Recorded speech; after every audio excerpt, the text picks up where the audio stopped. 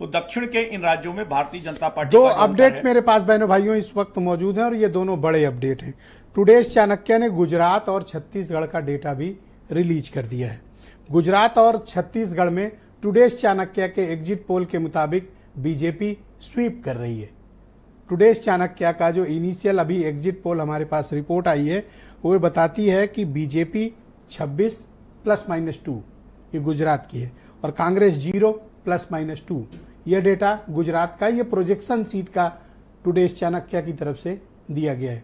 यानी गुजरात पूरा बीजेपी, कांग्रेस का सफाया, छत्तीसगढ़ पूरा बीजेपी, कांग्रेस का एक सीट के आसपास का अनुमान लगाया जा रहा है। यानी बीजेपी 11 सीट जीत सकती है ±1 छत्तीसगढ़ में और 0 से 1 सीट के आसपास उसे मिल सकती, 0 या फिर 1 सीट मिल सकती है छत्तीसगढ़ के भीतर।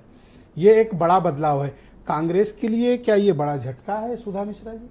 देखिए, मैंने कहा ना अब कि तो डेटा आने लगे हैं। जी बिल्कुल आने लगे हैं और जो आ रहा है उसमें कितनी सच्चाई है ये भी बहुत जल्द मालूम चल जाएगा, क्योंकि प्रोजेक्शन क्या करना है और दिखाना क्या है और दिखाया क्या जा रहा है, ये अपने देश में पिछले कई वर्षों में देखा कि बहुत अलग चीज़ है। क्योंकि एग्जिट पोल एग्जैक्टली वही होता है, ये आपने देखा हर बार चेंज हुआ है।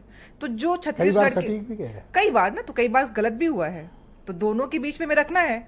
और यहाँ पे जो छत्तीसगढ़ और गुजरात की आप बात कर रहे हैं, उत्तर प्रदेश की हम बात करें, चाहे उत्तराखंड की बात कर लें, हम बढ़ रहे हैं, ये 100 से अधिक के नीचे आएंगे। ये मैं अभी भी कह रही हूँ और आगे भी कहती रहूंगी। ये जो एग्जिट पोल की जो संख्याएं आती हैं, ये हो सकता है कि इनको खुशियां दें, लेकिन ये भी अंदर से जानते हैं कि इन्होंने देश में जो कुछ किया है उसका रिजल्ट क्या आने वाला है। क्योंकि सिर्फ जुमले फेंक के 10 साल तक सरकारें चलती नहीं है। इस बार का चुनाव जनता ने लड़ा है। जब जनता चुनाव लड़ती है तो ये जो पर ऐसा भी क्या है कि चलो 1, 2, 4 सीट दे सकते थे, 5 दे सकते थे, पर यहाँ तो 0-0 टैली है। मैंने कहा कुछ नहीं, अभी रिजल्ट तो आने ही वाला है ना। हम जानते हैं कि इंडिया गठबंधन ने जिस तरह से जनता के साथ जुड़कर, हमने ना कोई मौन साधा, ना हमने मुजरा करवाया, ना हमने मटन मछली मीट किया, हमने एग्जैक्टली जो समस्याएं देश की उन पे बात की और उसी पे आज भी हमारे पास 4 और आधी 5 मतलब 5 या 5.5 समझ लीजिए के डेटा आ चुके हैं। सभी डेटा ये बताते हैं कि बीजेपी प्लस यानी एनडीए को भारी बहुमत मिल रहा है। ये लोग तो स्टार्टिंग से 400 पार कर रहे थे, फिर अपने आप भूल गए कहना। स्टार्टिंग किया था 400 पार, फिर खुद ही करना 400 दे दिए। नहीं, मैंने कहा ना 543 देना चाहिए था, वो तो कम ही दे रहे हैं। इनको तो पूरा का पूरा देना चाहिए, संविधान बदलना है इन लोगों को। लेकिन यहाँ पे जनता की बात है और जनता के मुद्दों की बात। अभी बनारस की बात आपके ही संवाददाता वहां पे थे।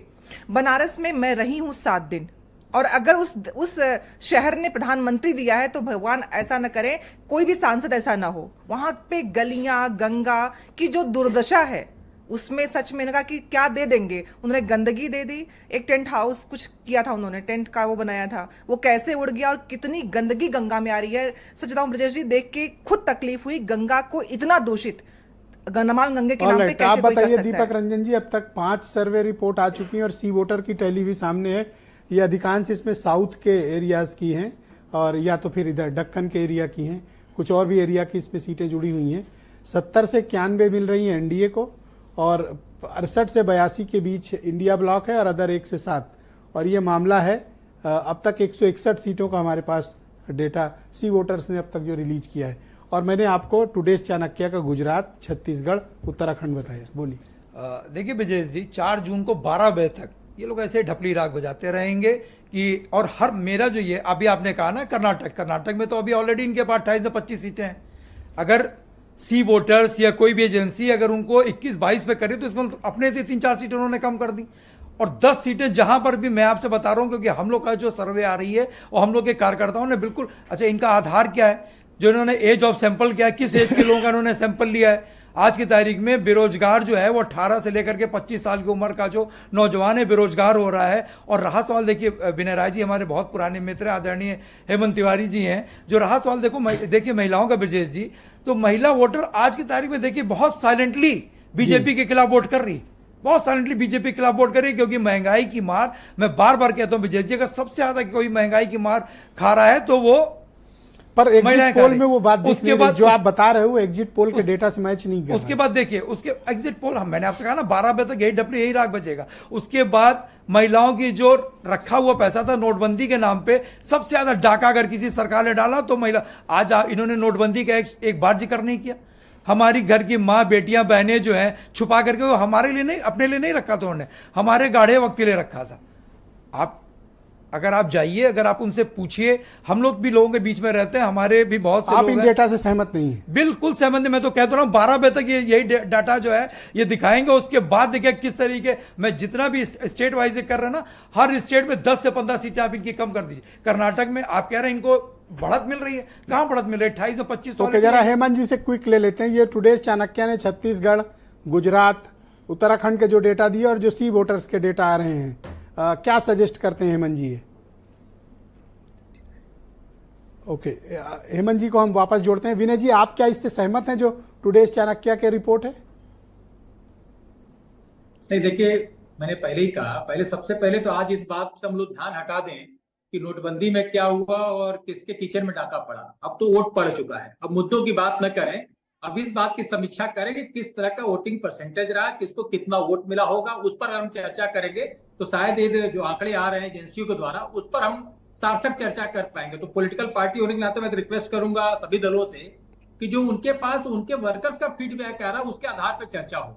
जहां तक टुडे चाणक्य का कई बार एजेंसियां जो आंकड़ा देती हैं, वहां पे भी देखा है कि प्लस माइनस स्विंग दिखाती है कि अगर 2% का स्विंग रहा तो ये होगा, 1% का स्विंग रहा तो ये रहेगा।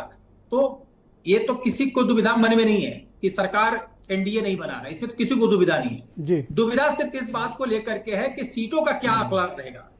वो 272 रहेगा, 278 रहेगा, 303 होगा, या फिर 400 पार का जो नारा प्रधानमंत्री जी ने दिया था वहां तक जाके कोई प्रधानमंत्री जी ने स्पष्ट कह दिया कि जैसे उन्होंने 400 पार का नारा दिया, विपक्ष ने यह कहना शुरू किया कि 400 नहीं आएगा।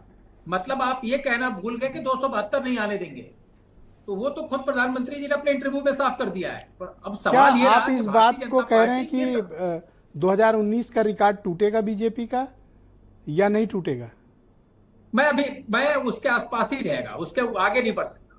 मतलब 2019 से आगे पहली नहीं बहुत बढ़ इंप्रूव पाएगा। नहीं करेगी आपके मुताबिक?